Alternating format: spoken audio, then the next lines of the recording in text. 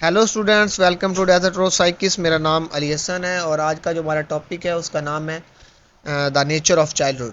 یہ child psychology کا topic ہے، اسے سٹارٹ کرتے ہیں۔ چلیں، دا نیچر آف چائلڈہڈ۔ اب بچپن کی جو فطرت یا طبیعت کو سمجھنا بہت ضروری ہے تاکہ ہم یہ جان سکیں کہ بچے کیسے سوچتے ہیں اور ان کی جو نشو و نما کیسے ہوتی ہے۔ بچپن وہ مرحلہ ہے جس میں بچے کی ذہنی، جسمانی اور جذباتی تربیت ہوتی ہے۔ یہ وہ وقت ہے جب بچہ اپنی محسوسات اور تجربات کو سمجھتا ہے اور ان سے سیکھتا ہے۔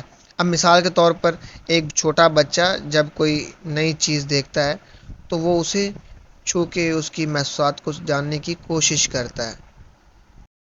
Historical perspective. اب تاریخی نظریے میں بچے کو مختلف دور میں مختلف نظر سے دیکھا گیا ہے۔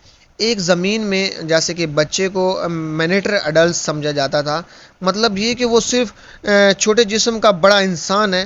ان کے سوچنے کے طریقے اور فیصلے بڑوں کی طرح سمجھے جاتے تھے، مگر آج ہم سمجھتے ہیں کہ بچے کا اپنا ایک خاص سوچنے کا طریقہ ہے یا طریقہ ہوتا ہے جو بڑوں سے مختلف ہے۔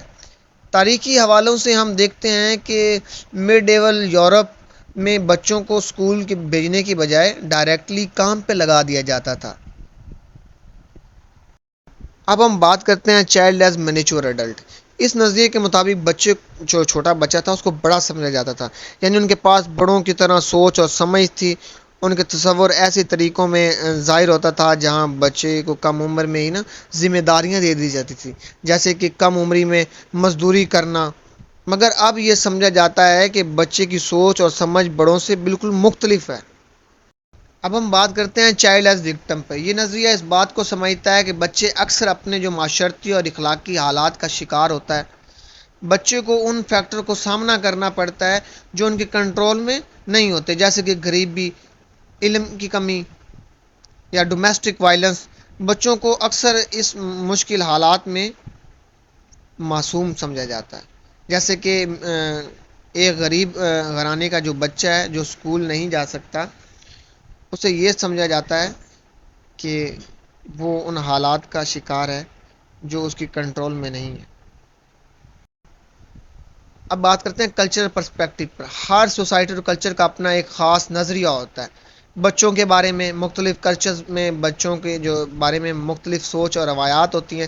ایک کلچر میں بچہ زیادہ فری اور انڈیپینڈنٹ ہو سکتا ہے، جبکہ دوسرے کلچر میں اسے زیادہ باؤنڈ اور ڈسپلن کیا جاتا ہے۔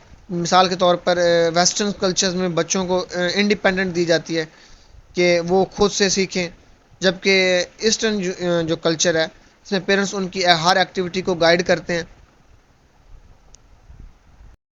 Variation in child rearing practices. بچے پالنے کی روایات اور کلچر اور سوسائٹی میں مختلف ہوتی ہے۔ یہ تربیت کے طریقے اور اکانومک، ریلیجیس اور معاشرتی نارمز پر ڈیپینڈ کرتے ہیں۔ ہر سوسائٹی اپنے معاملات اور جو ویلیوز کے مطابق بچوں کی نشو و نما کرتے ہیں، جیسے کہ ایک ٹرائب میں بچے کو اپنے آپ سیکھنے دیا جاتا ہے، جبکہ شہری علاقوں میں پیرنٹس ان کو ہر چیز سکھانے کی کوشش کرتے ہیں۔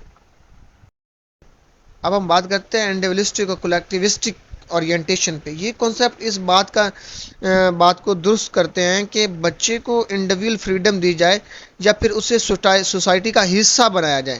انڈیویجولسٹک سوسائٹی جیسے کہ امریکہ بچوں کو سیلف ڈیپینڈنٹ بناتے ہیں، جبکہ کولیکٹیوسٹک سوسائٹی جیسے کہ جاپان بچوں کو گروپ اور فیملیز کا حصہ بنا کر چلاتے ہیں۔ انڈیویجولسٹک سوسائٹی میں بچہ اپنے آپ ڈیسیژن لیتا ہے، جبکہ کولیکٹیوسٹک سوسائٹی میں وہ اپنے فیملی کے ساتھ کنسلٹ کرتا ہے۔ اور پھر ہم بات کرتے ہیں personality development view cross culturally. اب مختلف کلچرز میں بچوں کی جو شخصیت مختلف طریقوں سے بنتی ہے۔ شخصیت کے ایلیمنٹس جیسے کہ سیلف اسٹیم، کانفیڈنس، ایمپتھی ہر کلچر میں مختلف تربیت کے ذریعے ڈیولپ ہوتی ہے۔ اب ویسٹرن کلچرز میں بچوں کو کھل کر بولنے اور اپنی بات کہنے کی ہمت دی جاتی ہے، جبکہ ایشین کلچرز میں بچے زیادہ شرمیلے اور ریورسڈ ہوتے ہیں۔